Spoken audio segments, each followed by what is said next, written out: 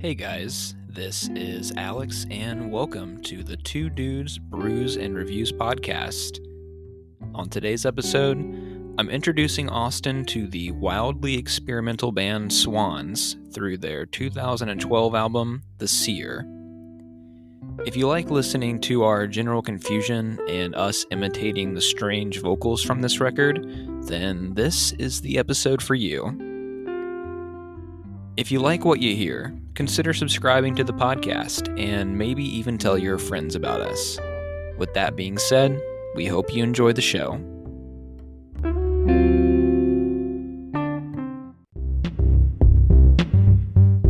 Bro, this album. Yes. Why do you like this shit? I'm not sure if I can get into it all in like a summary. Are you trolling me right now? I'm just asking. It just feels like a musical accomplishment to me. Like it feels like this thing that you can't really get anywhere else. It's not like a feeling that you're chasing. Like most people aren't chasing this sound or like wanting to get this out of music. But if you like deep, terrifying music that punishes you, then this album is for you, man. This is music for like this is like soundtrack for Uncut Gems or soundtrack for Good Time. We recently watched Good Time last time I was over here real late at night. Something we don't do very often is watch a film. Yeah. Whew. Great movie. Don't want to watch it anytime soon though. Yeah, you're giving me a lot of anxiety lately with these playing fucking Demon Souls and watching Good Time and listening to this chaotic crack house music. So on my first listen, I was like, what the fuck? Yeah. I didn't know. I was like, why is this a thing? And I don't know like the background of this band at all or like the culture that surrounds it or like the fans. So I'm trying to think like, okay, what's the appeal? And it wasn't until about 3 listens through the record, which I will be 100% honest with you. Like the first one, I was like, I don't know if I can do this. I was like, I put it off for a long time. I listened to it like the week of the, like, so, you know, we did the podcast last Tuesday. Like I listened to it that week and I was like, whoa, I don't know if I want to do this. And it wasn't until like the beginning of this week where I finally came back around to it. I don't want to say it grew on me, but I guess my understanding of like maybe some of the appealing qualities of the album came through. And just first off, I want to say like I was super uncomfortable during a lot of it. Well, then it worked. Sometimes it works. Like there are some things I don't understand, and particularly like some vocals where I'm like, why is this here? What purpose does it serve? I'm like, does this contribute to this song in a way where it's supposed to create like a theme? And like it's something I try to pick at. I'm like, is it a concept? Because it feels like thematically. I mean, I know there's a disc 1 and 2, but like the first side or whatever. I mean, it feels relatively uniform. Yeah. And like the atmosphere is created where I feel there is some sort of like concept or something? Yeah, like a concept or like, and that's something I wanted to ask you. I'm like, is this supposed to mean anything or is it just like some sort of cinematic audio experience where you're kind of left hurling in the headspace of what the fuck? To tell you the truth, I don't know. I went to like the Swans subreddit over the last 2 weeks, and you'll find like a bunch of interpretations of what the album means. But as far as I know, it's not a concept record. Okay. Now, like as like a cinematic music experience, I think that's a good way to put it. It is very uniform. It is, you know, feelings of dread, anxiety, you know, pretty consistently, except for a few songs, and we'll get to that. But I don't know if it has any meaning. Okay.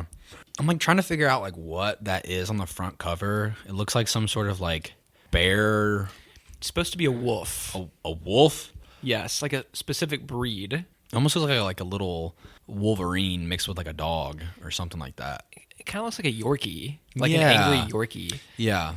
You know, fun fact actually, if you own the vinyl or the CD of that record, the face of the wolf is on the front, and on the back is its butthole. Just a fun fact. That's awesome. Before we dive into like the track list and shit, we are drinking Le Fin du Monde tonight, the infamous, coveted elixir of life. The best beer ever. Yeah, it's good every time. There's a reason why I wanted to drink it tonight. Why's that? because I feel like I put you through a torturous experience and we needed to have a treat. I don't know that it was extremely torturous. I mean, it was on the first few listens, but after, I mean, it's the same with all experimental records. I mean, and it's true with like pop records. Like you got to get introduced to something, get used to like the headspace. Like I know Dawn FM just came out recently by The Weeknd. You know, that felt dreamy, synthy pop, electronic sound that I love by The Weeknd. Like I loved it a lot. I don't know, like, I don't think it's better than like Starboy. I know you had your own opinions, but like even though through that first experience, like, oh, I'm just getting introduced. You go back and listen to it again. It's like, wow, you can like pick apart the little details. And so I finally got to those little details parts where it felt like, oh, this is really cool what just happened here. And then it's immediately like, Yes. so, Okay. and I'm like, stop. I'm like, I'm enjoying that. You're not alone. Okay. Just so you know, you're not alone. Parts of the record kind of puzzle me too, to be honest. And when I listened to this for the first time in like 2012 when it came out, I thought it was like the biggest piece of shit ever, honestly. It took me a long time Really? to like get into it. You know, after that first listen, the record was getting so much acclaim and stuff around the time. I didn't get it, and I wanted to get it. I really wanted to understand.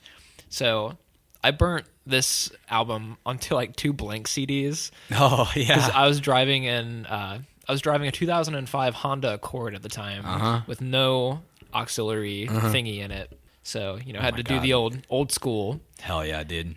I popped this record in, I had to get a few tracks, and it just never clicked. Wasn't until about 2015 Really? when their follow-up record came out, To Be Kind, which is that record right there To the left with of me, yeah. the baby on the front. It's a great album cover. It really is. They have a few really great album covers.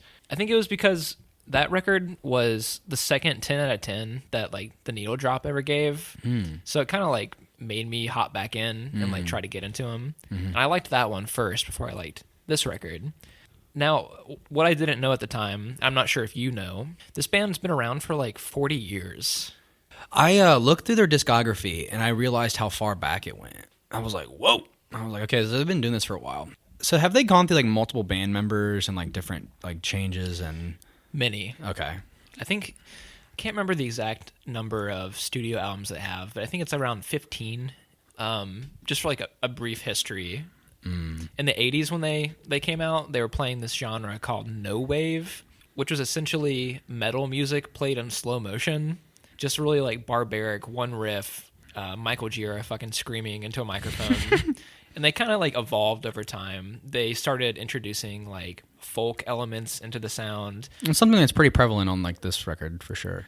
A lot of like post rock and like industrial stuff. And then they broke up in the 90s for about 10 years. And then they came back. The Seer is the second album after their comeback. And they've kind of been going strong since then. Okay. And they didn't really get popular until, you know, that 30-year mark of their career. So a little bit of a late bloomer, huh? Yeah. It's always nice. In many musical change-ups or like members, a lot of different people in and out of the band. But one thing has always stayed consistent, and that's Michael Gira as like the lead guy. Okay. Let's start diving into it. So the opening track of The Seer is Lunacy.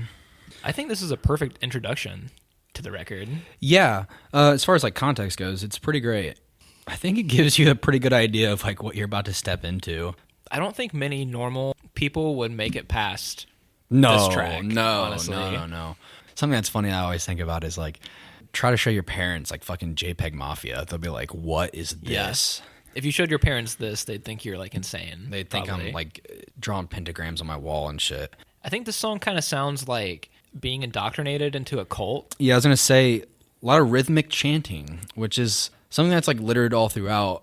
I think that's like the major driving force behind the whole anxiety experience, is that it kind of feels like shamanic, tribal, but like in the most haunting way, where I think it does like shine light into like the satanic and occult, and it becomes very nerve-wracking for me as somebody that doesn't like stepping down that path very often. Yeah, I didn't think about that till a couple of days ago, actually. I kept thinking about like what I'm gonna say on the podcast. I'm like, yeah, this is like some indoctrination of the cult shit. And then I started getting thinking, and I'm like, Austin really hates that shit. I do. Kind of forgot. I do hate that shit. It's scary, man. It just scares the fuck out of me. I like how the track starts with like this kind of bright strummy guitar before the rest of the stuff comes in, because it kind of is like a cult welcoming you in. Mm-hmm. You know, as soon as that heavy stuff starts coming into the track, it's like they close the door behind you and lock it. I was gonna say, it feels like the candles are lit, bro, and like everybody's in their robes. Yeah. I hate that. Hate that imagery, bro. We're about to take a fucking trip up to the Masonic Temple after this. One thing I do like is the like layered vocals. That's something that I thought was pretty good. Like the production on this record's insane. It's very layered. I don't know how many members of the band there were when they recorded this, but it sounds like 10 people or something playing at the same time. One thing that I found the most frustrating is that you're getting like the repetition of lunacy, and it keeps going. And it's because your ear is trained, whether you know it or not. I mean, most people don't think about this. You can listen to music and you can enjoy the structure of 1, 2, 3, 4, 2, 2, 3, 4. Or like verse, chorus type stuff. You're waiting, your brain's trained for the rhythmic change, like the tempo. Okay, we're starting over, and now it's this. Well, lunacy just rolls over into the next thing, and it's like you're going past the tempo on the same note. So you would end that note on like 1, 2, 3, 4, 2. You'd hit it on 4, and you're going, okay, now let's change it up. And then it's like, no, we're keep going, and it's like, ooh, why'd you do that? Why'd you do that to me? And that's especially apparent on later tracks on the album, because to be honest, this track, even though it's like 6-ish minutes, I think, but this is like a bite-sized sample of what you're gonna get on some of the other tracks. It feels like short in comparison and light in comparison to what you get. Honestly, now that I'm like so familiar with the record nowadays, this track flies by for me. Oh yeah, like, even through my listens, I was like, okay, I know this song, let's go. I love the stabs of like the intensity they give it, like these military style rolls of like percussion. It keeps hammering down that same note over and over again. I think the vocal melody on this track is kind of catchy, kind of sticks in my head sometimes. What, just like the repetition of lunacy, or just like the verses that follow? In the mind. Yeah, it very Bowie. Yeah, it kind of sticks with me for a weird reason. There are a lot of guest vocalists on this track, including members of the band Low, which is why I have that record sitting out right now. Can't remember the names of the people in the band, like Mimi Parker and some other guy, Alan something. Their music's kind of like this, but condensed, way shorter. It's more electronic, more like indie rock-ish. I got you. I like how on the back half of this track, kind of slides in a pretty effortless manner into like this little folky passage. You get these like acoustic guitars that are strummed, and Gira is saying your childhood is over. And it's like repeated over and over again. It's very hypnotic. Oh my god, this fucking album's so weird. All right. Before we hop into track 2, I want to make light of or bring attention to the statement you said at the very beginning of this, where you asked me, why do you like this? Or like, what's the appeal of this? You actually asked me the exact same question when we reviewed the JPEG Mafia record. I believe it. Hey, and look at you now. I'm indoctrinated. I was gonna say this eventually on the podcast, but I think eventually I'll have my highlights. I'll have my things that I'll be like, I want to listen to that. I mean, it took me a couple years to like start enjoying this album, so it's a process. Is enjoyment even the right word? I'd say so. You just get a fucking rush of dopamine when someone goes. Speaking of, it's just so fucking strange, man. Yeah. I like that stuff. So track 2 is the one where I was like, stop, you're hurting me. These first 5 minutes of Mother of the World. Is that the song? Yeah. Yes. The song sounds like the killer is behind you and you're running. Oh my god. Dun, dun, dun, dun. Yeah, if you haven't, whoever's listening to this and you haven't listened to this record, just like hop in for a minute and just experience the chaos. And then you'll come back and you'll listen to us going, and then you'll understand what that sound is. You'll get it. This track is actually a highlight for me. Really? This is one of my favorites. I love this one. Literally, what I wrote down was why. Is that it? No, that's what I just said. Like, this song makes me super uncomfortable. Like, this is one of the highlight uncomfortable moments for me, and is this track. Like, Lunacy, I can be like, okay, I can get with it. I can understand. I get the headspace that I'm creating, and then this one, I'm like, you're hurting me. Why is that? Just because It's like the weird sounds that are happening in my head, and I'm like, stop it. there are some weird like ad-lib style vocals on this one. Honestly, these first 5 minutes would scare away Anyone besides us. That rhythm doesn't deviate for at least 5 minutes. The instrumentals like build on it. I understand what they're doing. It's just so cerebral in the most uncomfortable way. I think it's about 3 minutes before any other instrumentation joins that rhythm. Yeah. Because like there's no bass, it's just drums and that little guitar line. But then like the bass slowly comes in and you get like glistening synthesizers. And yes, you get the weird vocalizations where you just, I'm not even sure what he's doing. But then he starts panting. Yeah. Like this rhythmic panting where it's like... This is great for whoever's listening to this. I find it fucking amazing. It's honestly. so weird. It feels so animalistic. Yeah. And it's weird to have that come out through a human mouth. It's something that kind of confuses my brain in a way where I feel like I'm going back to Stone Age shit where it kind of becomes... Like you're about to discover fire for the first time. Yeah. Now, like, after that build-up, it does turn into a real song for, a few minutes at least. And I think the back half of the track, again, I find it kind of catchy in its own weird way. Yeah. Everything about this record is weird. Every positive connotation that we give is in context of the record. It's not something that you would want to hear sung by Drake. Like, it's very... I think I do actually want to hear No, you do Drake not. do a song like this. It'll catch my interest again. Jesus Christ. No, God, no. It goes from that Michael Myers style instrumental into like kind of a chamber pop folk song on the back half. There's a transition. Gets kind of loud for a minute, the in and out part. Yeah, like it gets really spacey. There's actually an established rhythm for everything to work around. That's something that's pretty prevalent on the rest of the record too, where you're coming in like this weird unknown source of chaos, and then you're led into, okay, we're doing a song. But then, on the more lengthier tracks, it'll be like, we're doing a song and now we're doing this, and now you're scared. So yes, it becomes like these animals and these weird breathing and sounds and repetition of and shit like that. But then you also have like acoustic guitar and the drumming, which I want to talk about eventually. Like, drumming on this record's insane, and it's fucking awesome. Yes, it is. We'll get there on like some of my highlights. But yeah, like this track, in the context of the record, going from Lunacy as your introduction is a good intro, and then like the second track is like, okay, now the chaos is really about to ensue.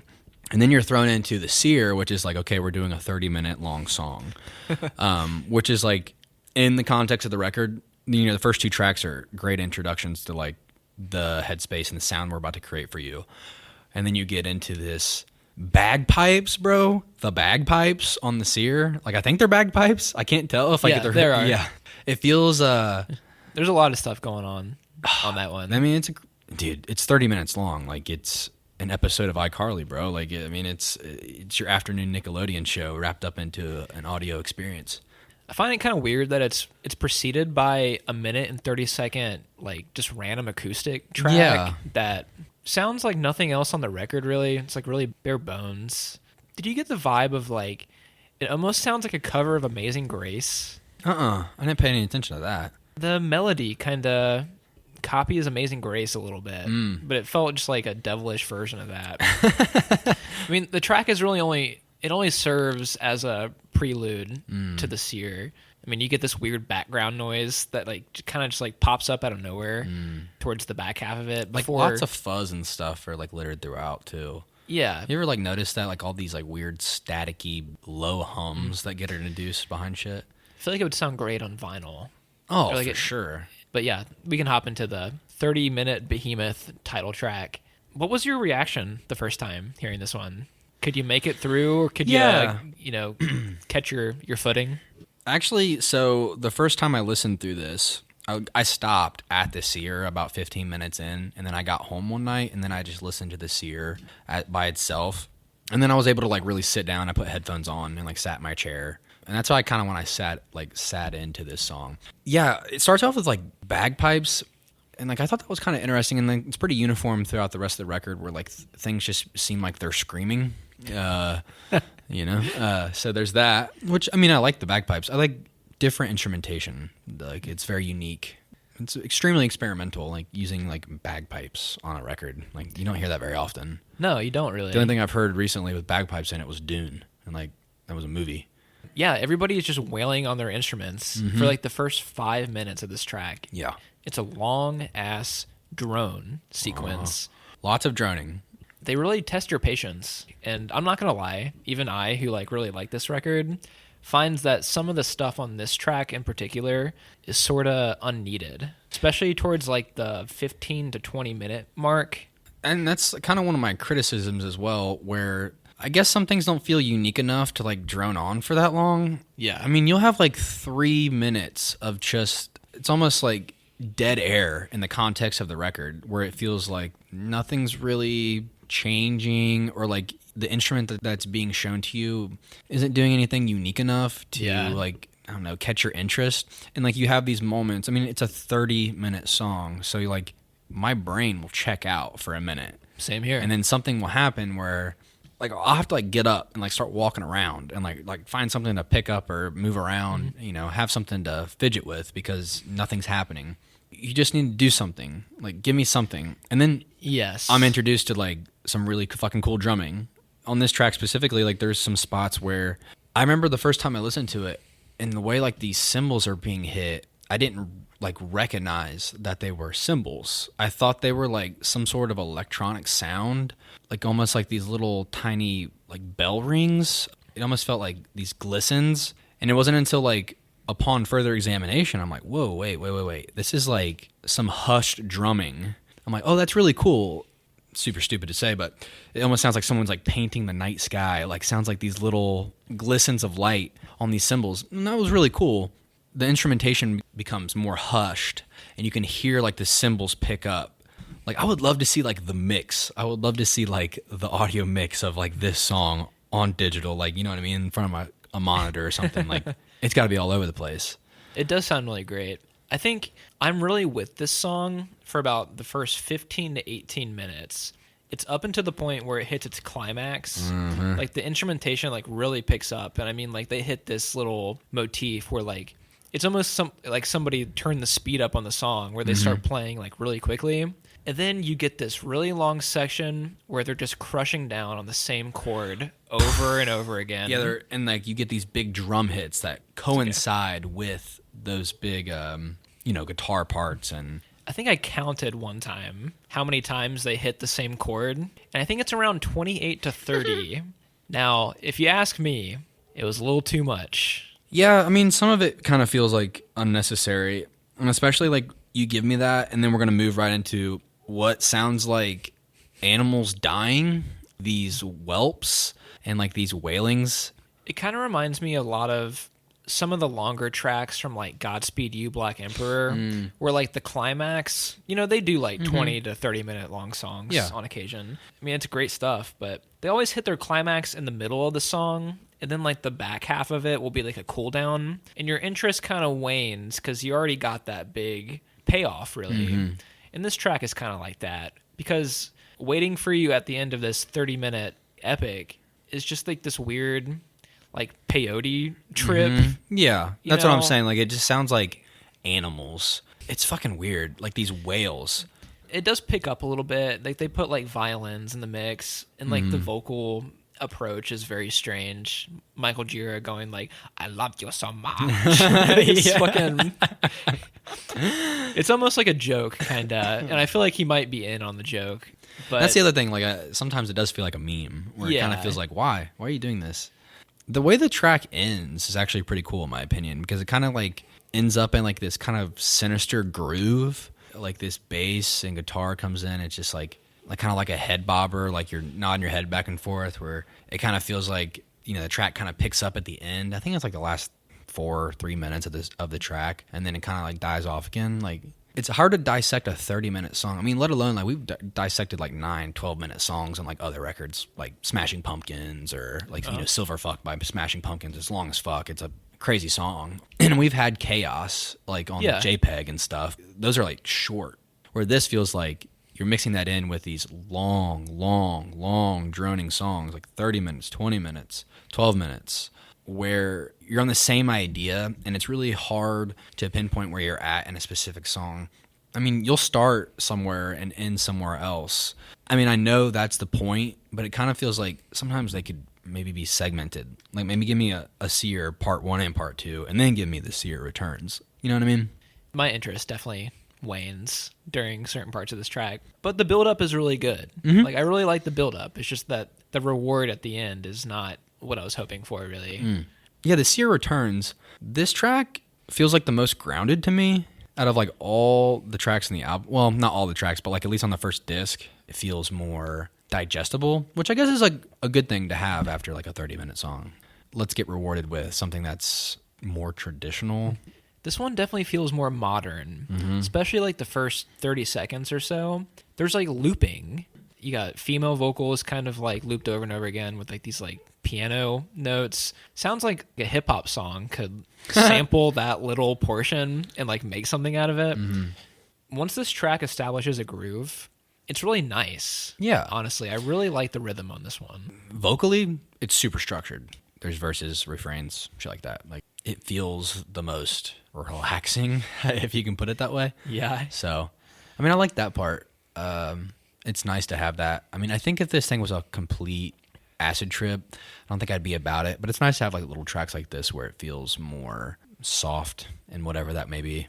Soft in a Swans way. Yes. I guess the only critique I really have about this track is there's no like point B.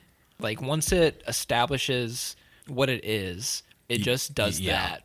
Yeah, it doesn't have like those change ups like the other tracks have had, where it's like super soft and then gets really climactic. I mean, the vocals are vocals, and whatever they may be. I feel like the production on his vocals on this one make him sound like this like omnipresent god or something. It's super like reverby. That's awesome. Sounds That's like a he's good way to put it. Sounds like he's like narrating the track instead of singing on it. Something I wanted to say. Are you familiar with The Dark Tower by Stephen King? Have you ever heard of that? I think you brought it up a few times, but I really don't know what it is. They made a disappointing movie about it, apparently. Yeah, and a short synopsis of like the first novel. He's like a gunslinger, like Wild Wild West type of dude, in like in a post-apocalyptic crazy world. This album is the closest thing I can think of musically that would be a perfect soundtrack to the reading experience, where it feels like these Wild West folksy shit and then like the satanic crazy shit happening, because like that's a great book. A lot of like religious undertones are littered throughout that book. The Man in Black in the books, like the Man in Black like performs miracles on this town, and but he's really like Satan. This album feels like that book. A little sidetrack. 93 Avenue Blues, bro. I hate this one. Do you? I hate it. I love this track. I love the sound of death because that's what it sounds like. I don't actually love this. This is the track where I'm like, whoa, hey, stop. Honestly, this is a skip for me every time I play it. It's experimentation just for the sake of being experimental. Other tracks don't have structure or a formula per se, but this one is just instruments wailing. And those instruments sound like I literally hear like birds. Dude, it feels like if they let Tom York like off the rails and they just let him do his thing. Like, it's just wild. Yeah. I mean, I don't like it, and I see what they're doing, and I hate it. It's not a satisfying listening experience. Just chaos for the sake of chaos. Mm-hmm. Yeah, they just crash shit together. Like, there's distortion and drums crashing, and I don't know, man. It's not my thing. It's not my thing either. It's my thing, but it's gone too far. I kind of thought you were like in love with this record, so I'm glad to see like you have its low points as well. I think it has brilliant moments. This next track I actually really like. Really? Yeah, the daughter brings the water. This is actually one of my least favorites too. Really? Yeah, I think disc 1 kind of ends off on a little bit of a weak note. But I mean, on. What do you like about this track? I like the acoustic guitar a lot because it really sounds evil as fuck in a way that's appealing to me. You get again like with those almost like the spoken word type of vocals, you know, whatever the fuck his name is. Michael Gira. And him being like kind of just speaking like this to you, but then you also have like these ghostly female backup, which is like kind of cool to me, and like it's really good in the mix. Like it's very pleasing to my ears in the most hateful way. I guess I like the imagery a lot in this one. How I said like it reminds me of the Dark Tower.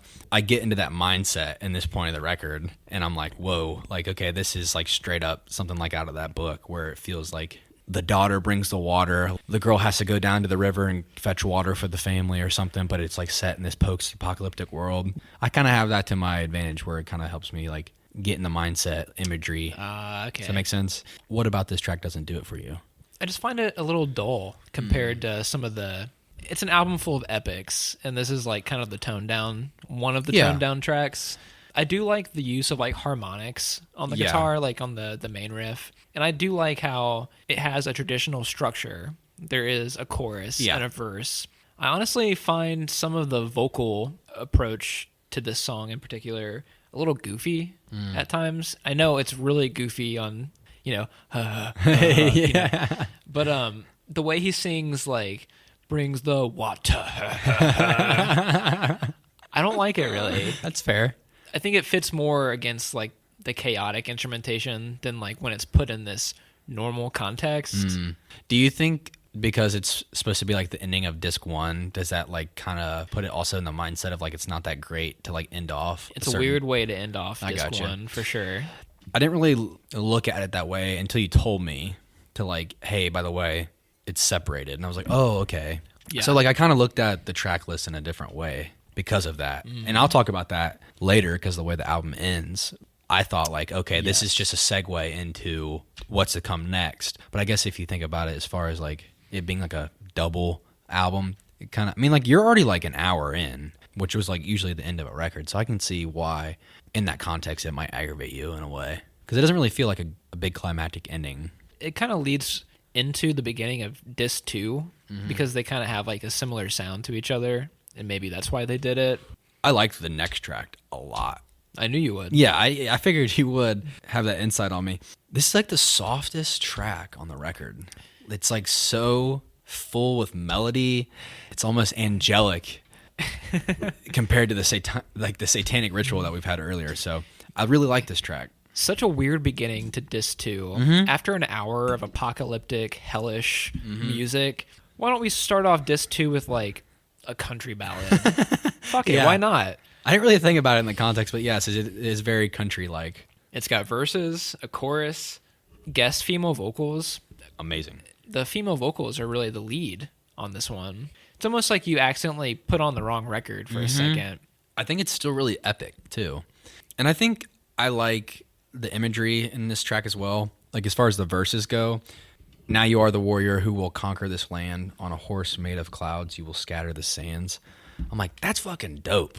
I think I like it too because it kind of does remind me of like Dark Souls or something where it feels like you're about to embark on this quest. I really like this imagery. I think it's like fitting for the record as well because of the chaos. It almost feels like you're in this like barren, tore up land. Again, referencing like the Dark Tower or something. I like how it kind of feels like the epic ties into the epic kind of way. Yeah. Where it feels like a character on this journey, which I'm not sure like if it's supposed to insinuate some sort of concept, but I think the headspace that the album creates kind of like already lends itself to kind of give you that imagery in a way where it kind of feels like it works for me. I like the lines that she sings about God is long dead, but I heard something inside you with my head to your chest. That's like badass, bro. That's great lyricism, really. It's funny how, and this song is written by Michael Gira. Like, supposedly he felt that he wasn't appropriate for this kind of song, so he enlisted the vocal talents of Karen O. Are you familiar with the band, the Yeah Yeah Yeahs?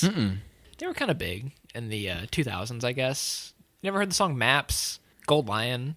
I don't think so. She does a great job on this. Yeah. And the instrumentation really picks up towards the latter half where you get this like ringing. I don't know exactly what instruments are coming in, but it feels like the track starts to like envelop you. Like it fucking covers you up. It's just so... like a blanket. It's like they gave you a little bit of cake for enduring that first... that apocalypse at the beginning. I gotcha. That's fair enough. Piss break. This is kind of detached from where we're at in the conversation, but back in the 80s when Swans played live, Michael Gira was like a fucking dickhead, and he would step on people's fingers near the people that were sitting on the railing that had their hands on the stage. Oh my God. He would step on people's fingers. He would pull their hair. Oh my God. I've met this man. Really? Yes. I saw Swans live in Cincinnati. It was around 2014, 15-ish, I guess. And I met him. If you turn that record over, it's actually signed. Oh, fuck, for real? He was a super nice guy. Like, honestly. Oh my God. He was very nice when I met him. Maybe he had worked out his demons by the time you met him. He didn't fucking so. rip your hair out. He was in his 50s by then. He had a certain relationship with the audience. Kind of like a JPEG thing where he spits in people's mouths and shit. Yes, like very like performance art type stuff. I got you. They would turn off the air conditioning in venues. Yeah, I think you've told me this before. To make it like a sweat lodge, and then they'd play this loud ass music, and like just that's kind of like awful. What their music goes for. I got you. And even when you're sitting at home streaming it, it's like an attack. Yeah, you know. I got you.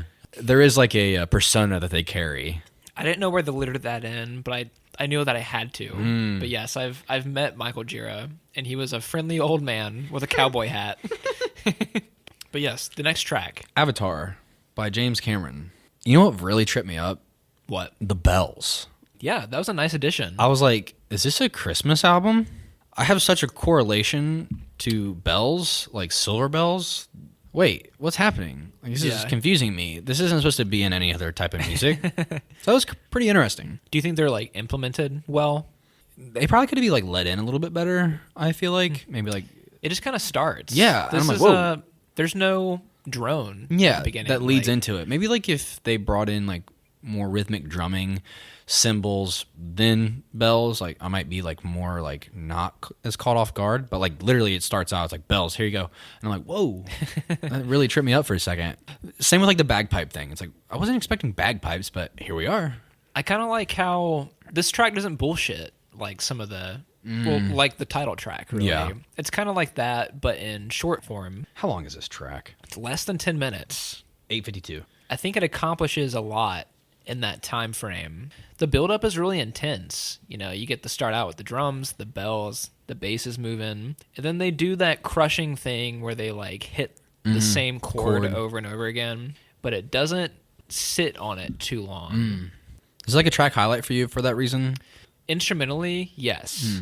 Vocally, no. I hate the vocals on this track. Really? Yeah, I find them kind of dull. Is it just because of like the way he just says things, kind of like that, or? Well, it's like kind of. It feels like it's building up to something really epic, and then like it's getting louder and louder, and then you get to the verse, everything kind of like just peters out in a way. Yeah, and he just goes mumbles together, kind of thing. Your mind isn't my mind. Like it's kind of boring. Maybe like you wanted some more variation as far as like the verses go and stuff. Like maybe more poetic, more rhyming, less chanting. It's the same lyric over and over again with very slight variation. I just don't get anything out of it. I think the track ends great. How so? The track has a false ending where it kind of fades out for a second, and then the piano comes back where it hits these like real quick notes, and then you get the climax where like everything is crashing together. In this, I think like, that's something that tripped me up on my listen too. I was like, yes, this is the part where the track feels like it stops. And I thought my headphones like broke or something for a second, where I was like, or like the audio stopped playing, and then I like looked back and it was still going, and I was like, oh wait, super strange. It sounds like it's leading up to be one of my favorites, and then the way it plays out, it doesn't exactly get to where my expectations were. Gotcha. You know, you sound like me on JPEG right now, like being like, I like this part, and then he was like, "Can I get a motherfucking?" Let me double get smokehouse. no cheese on that thing. I really want to talk about the next track a lot. Piece of the Sky. This is my favorite. Okay, I thought it might be. It's definitely like one of my highlights for sure. It definitely has like some of my favorite parts, like the way the track starts. It's like this static hum, and I'm like, whoa, this is like crazy because it's super cerebral. Like it's so fucking loud. And then like it just like cuts off really fast and like leads into your instrumentation. I'm like, okay, that was cool. Like that was a different way to start a track, like compared to what we've had previously. And then like the vocals are like angelic as fuck, and I'm like, yeah, give me that shit. I like that. I think it's like a good tie back in if you're gonna break up the disc 1 and disc 2, like tying back into a song for a warrior where it kind of feels like a little bit more melancholic or. Disc 2 is the lighter one for sure, compared to like the hell that this one was. I can't believe this track is like 17 minutes long. Yeah, it kind of has the same problem where some things kind of feel like drag on a little bit too long and kind of have like its dud spots and low parts, but the highlights are freaking awesome for me. I mean, even some of like the quote unquote slower parts or like parts you're not as interested in, some of like the vocals almost feel like they're shrouded behind this foghorn kind of sound or like this low French horn or something. Little like ad lib spots where you're saying shit and it kind of like it feels like it's getting covered up by the rest of the mix, which I kind of found pretty interesting. It reminded me like the Lighthouse foghorn. It sounded like somebody trying to speak underneath that, which I found pretty interesting. Yeah, it's fucking cool. I mean, it has its like low spot. I mean, it's 17 minutes long. I'm looking at these lyrics. As the sun fucks the dawn in the mud of the lake. I love that shit. This track really plays up the ambient and like drone parts of the album. I mean, for the first 2 minutes of the song, it's literally a fire crackling. Yeah, that's what it is. Like that static, it does sound like a fire. On the album liner notes or whatever they're called, you know, where you get who did what on the record, someone is actually credited as making the fire sounds. Apparently artificial and real. So I don't know if somebody like put a tape recorder up just next to a bonfire. 2 minutes of that though, which is kind of strange. Really? Is it like 2 minutes long? 2 minutes of fire crackling. That's so funny. On these longer songs, shit like that feels so short. It starts flying by. But yes, that's crazy to think about because it feels like 30 seconds of that. But is it really like 2 minutes long? 2 minutes. That's fucking crazy. And then you get like 5 minutes of droning vocals. Almost sounds like the same woman from The Seer Returns. Yeah. Honestly, almost sounds like the same vocal sample. Really, it's the same style and everything. And that goes on for a while. That might be something that they did. They could have cut part of a vocal sample and be like, okay, we'll throw it on this part. And then you get like the third section of this ambient drone. I couldn't even tell you what this instrument is. It sounds like a violin. Are you talking about the strings? Are they strings? Like, I don't even know. They're like these shaky vibrato type of like sounds like someone trying to play the fiddle poorly on like a violin. It does have like a shaky kind of quality, like percussive almost, but it has melody to it. But it almost sounds like 100 people playing the same instrument at the same time. But you sit through like 8 minutes of this just for like the band to jump in. Yeah, because it ends up in like at the end of like just music. Like it becomes like a song. It just fades in and like, oh, like here's a post-rock song. Yeah. All of a sudden. I really like this section. Yeah, it's just a cool fucking track. How we started, literally fire sound, and then ending up like, okay, we're playing music for you. It almost sounds a lot like Godspeed You, Black Emperor in a way. Like this majestic rock song kind of feels like it goes outside of being a song. Like it feels like an entity. It has like this like mythos about it. Doesn't you feel like it's like set in the woods? Definitely feels like you're tying back into like the animal sounds, and like it reminds me a lot of like a Viking type of like Norse mythology type of feel to it. Yeah. Like that's layered throughout. I meant to like comment on that. But this track in particular definitely like brings that in a lot. And that jam goes on for a while. But then it transitions again, and at the end of this 13-minute long journey that you've had so far is like this perfect folk song. I consider the last 5 minutes of this track to be like perfect. God, I want to listen to this again after the podcast. Because there are like some tracks that I'm like, I want to dive deeper. I just don't want to listen to like 93 Avenue Blues again. I'll probably never listen to that track again after this podcast. it really does turn into like the most heavenly piece of music, not only on this record, but I honestly find this to be like one of the most beautiful pieces of like rock or folk music. Maybe part of that is because it makes you work to get there. You sit through a lot of stuff to get to that section, but you actually are rewarded with like a nice sounding song at the end. Yeah. Compared to like other tracks where like you've built up in this crazy chaotic mess, it kind of will end off in a way that doesn't really feel satisfying. Like you only get your cake on like the Seer return, you know what I mean? Like or like Song for Warrior. Yeah. But then it's like actually enjoyable at the end of this track. And even from like a vocal perspective, the rest of the record would make you think that Michael Gira is like this gimmick or something that like just does weird stuff. Yeah. And then on this song, he like sings great. I want to hear a whole record of this from him. That's a good point. It sucks to know when an artist is capable of shit and they don't capitalize on it for the entirety of a project. Oh, this is so fucking stupid in comparison, but the most recent Drake record fucking sucks. Fucking sucks bad. But like the first 2 tracks, you're set up to believe that it's going to be like a really good album. Like the first 2 tracks, like first track samples the Beatles. The second track's really good, like classic. I forgot about that. Exactly. You fucking forgot already. What song does it sample? Oh, God. I love you, I love you, I love It's Michelle. Yeah. That's a good fucking song. And then you get fucking too sexy for it's fucking stupid. God, I hope you're not trying to draw a comparison between this record and that. I'm just saying when you know an artist is capable of doing shit and then they like let you down on other parts of a record, it really aggravates the fuck out of me. Yeah. Because like you could just release the other 2 tracks as singles and we'd be happy. And then you get a whole project that's just fucking dull and lifeless.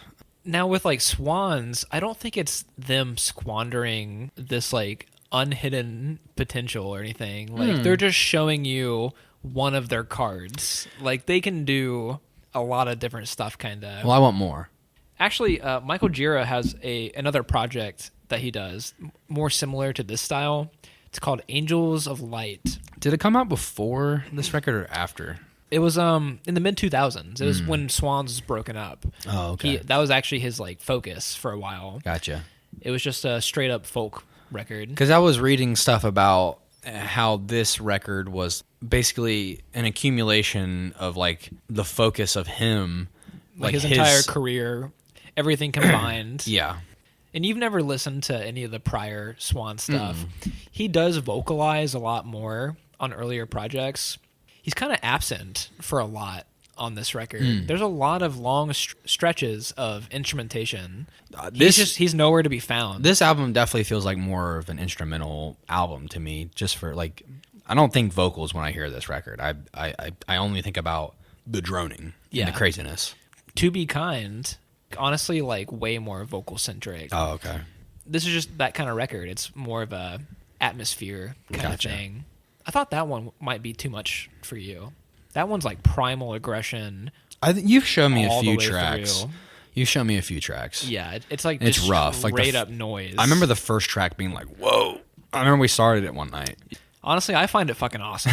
But it's something you have to grow into if you want to get into it.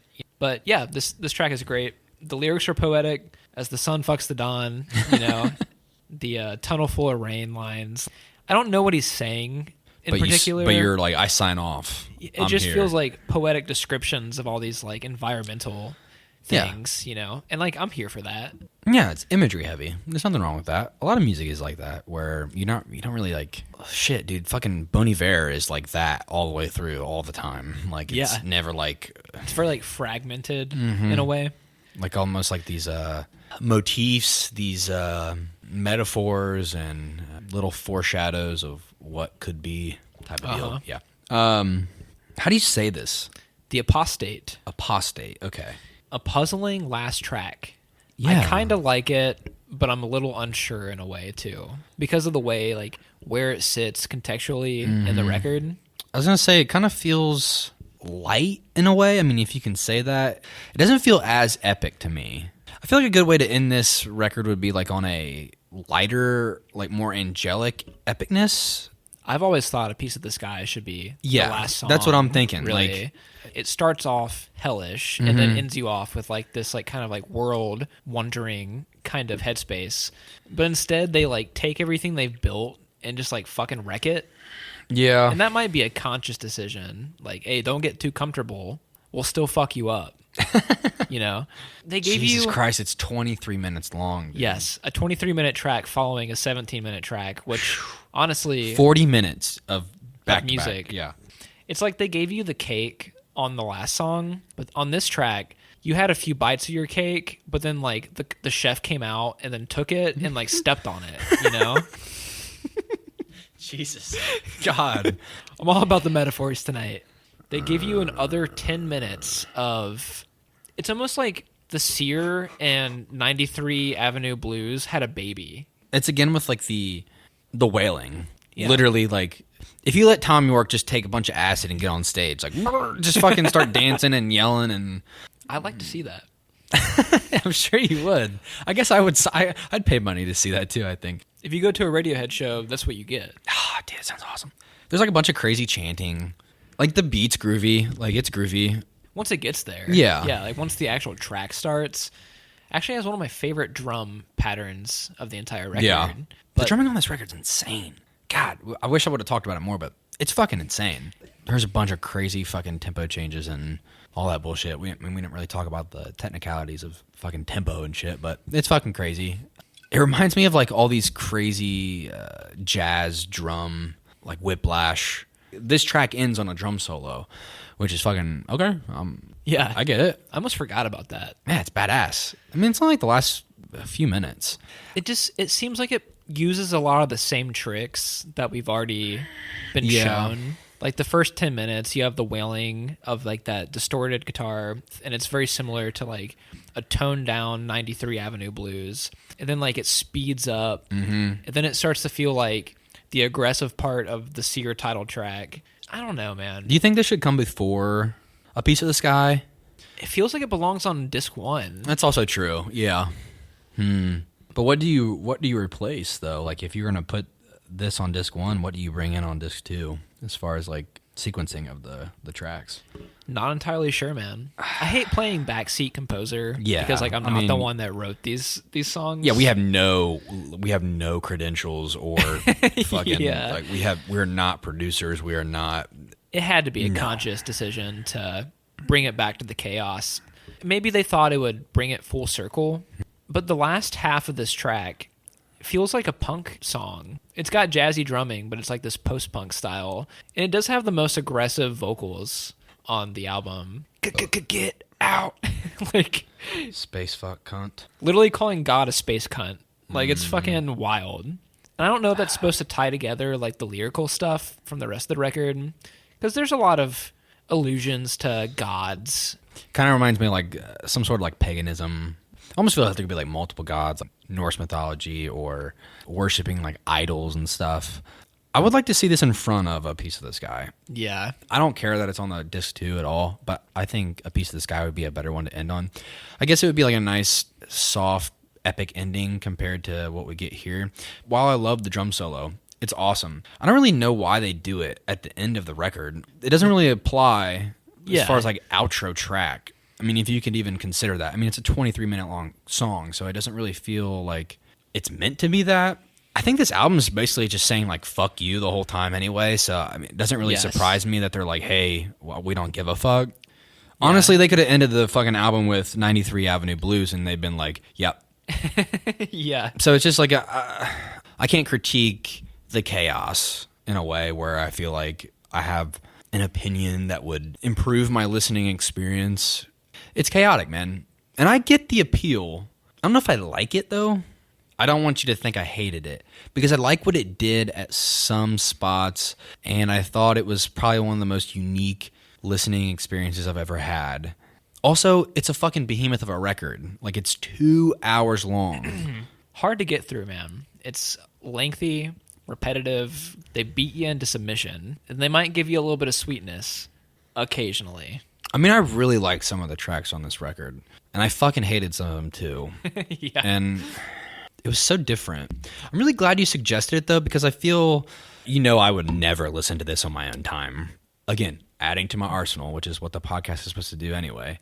My favorite part about the record was the imagery and like the atmosphere that it creates, which is something that's really hard to do in comparison to like major artists, like major label, Drake, Kanye, Kendrick. Even mainstream stuff in the rock sense, too. It's like way beyond what those artists can do. Fucking Pearl Jam or like Dave Matthews. Like those, like, man, it's like a dense thematic quality. I feel like it even goes beyond like what Radiohead does on their stuff. You know, like they're very concise. This is like an entirely different beast. And the only other bands I can think of are like that relate to this are like post-rock bands. Like a Godspeed or something. Their music is very apocalyptic and long-winded, but this goes even beyond that. You know, with the addition of weird vocalisms, and it's like super unique. It's one of the most unique things I've ever listened to. I didn't hate this record. I didn't hate it. I mean, I hated some of the challenging it was. Some of the agonizing parts of it. I mean, like they were really uncomfortable. I mean, there are like JPEG songs that fucking like make me feel like Nemo off his most recent record. I'm like, stop. Yeah. Get some help. This record had its highlights.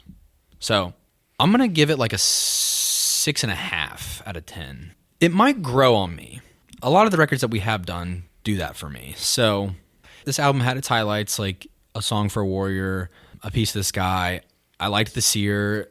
I liked Lunacy. I love the way the album opens up. So... But then, like, you have these, like, long, drawn-out bullshit parts that kind of piss me off.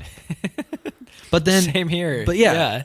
It's agonizing. It might come up to, like, a 7 or an 8 eventually, like, if I revisit it. But I think 6.5 is, like, where I sit.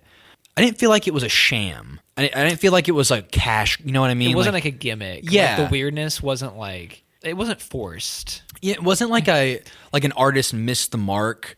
Where, like, obviously this is my introduction to a band. So, I mean, it's in that context. But, like, some of my favorite bands, when I feel like they miss the mark, I'm like, fuck you. I'm like, fuck you, you piece of shit. But, like, this one, I'm like, okay, I get it. But I don't completely sign off on it. But I get the appeal. It's a different frame of mind that I'm trying to get used to. And that's totally fair. When I recommended this 2 weeks ago, I think I said something along the lines of, I know you may not like this, and you could even give it a 0, and I'd be satisfied. Yeah, now, you did. You said love it or hate it, you're going to listen to it. I was like, okay, fair enough. A 6.5 is a victory. Honestly, Swans is a group that I've never been able to share with anybody. You know, Olivia, like my wife. Dude, oh my God, no. I'll never show her this. I'll never show Elizabeth this. Liv, she has an open mind to music. She likes a lot of stuff. I would never show this to Logan. Never show it to Nathan. Like, you know, they're not into patience testing, endurance marathons. And obviously the podcast lends itself for, it creates the environment for experimentation. So yes, that also, I literally, like, it's my assigned project.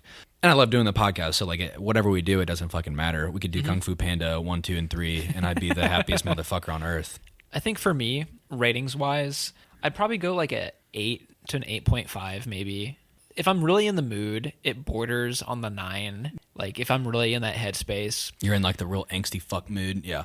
But if I'm not in the mood for this, it's like a slog. I mean, that's how it was for me when I started, but until I had the headspace established, yeah, I became more familiar.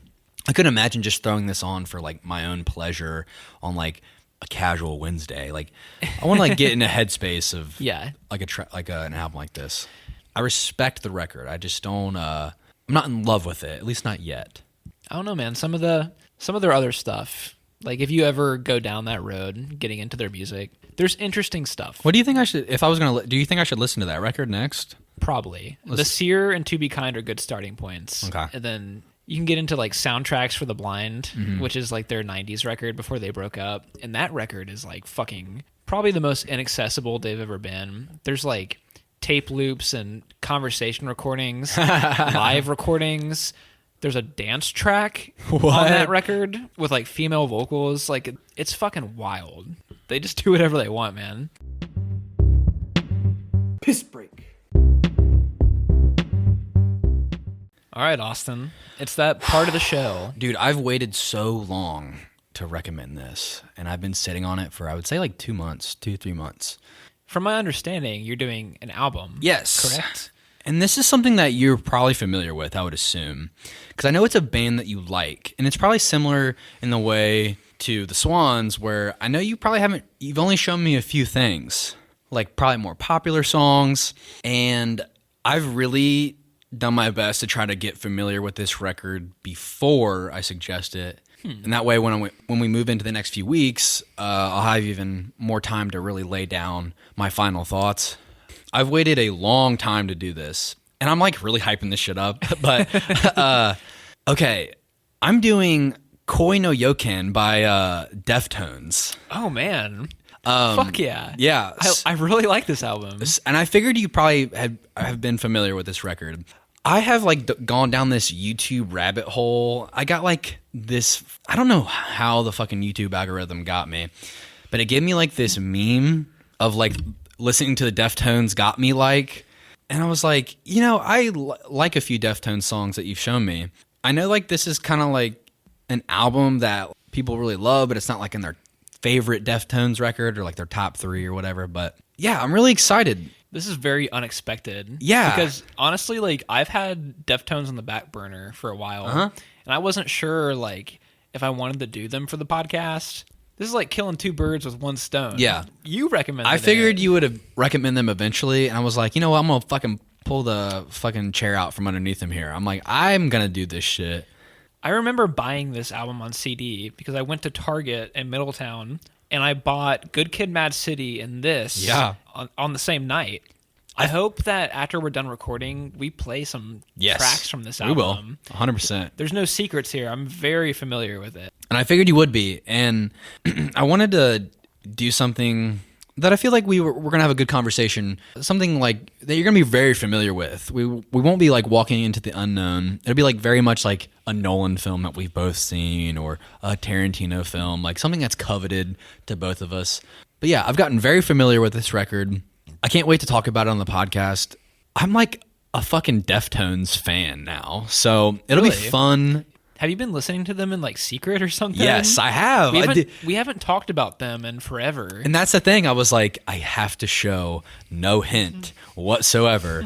I was like, I cannot, like, I have to make sure whenever we're in the car for the podcast that it's not showing on like any of my one time Entombed came up like on the my liked songs playing after, like skip.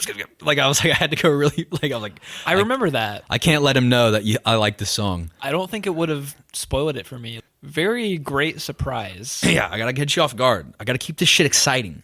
And I want you to bring your knowledge of them to the next podcast, because I want to get to know this band even more. I'm excited. Ooh, I have an idea, actually. Yeah. Deftones have their own beer. Do they really?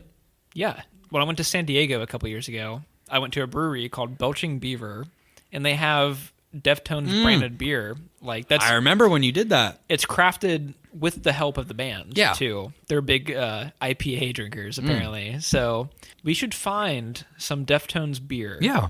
I told you I had a question to ask you earlier.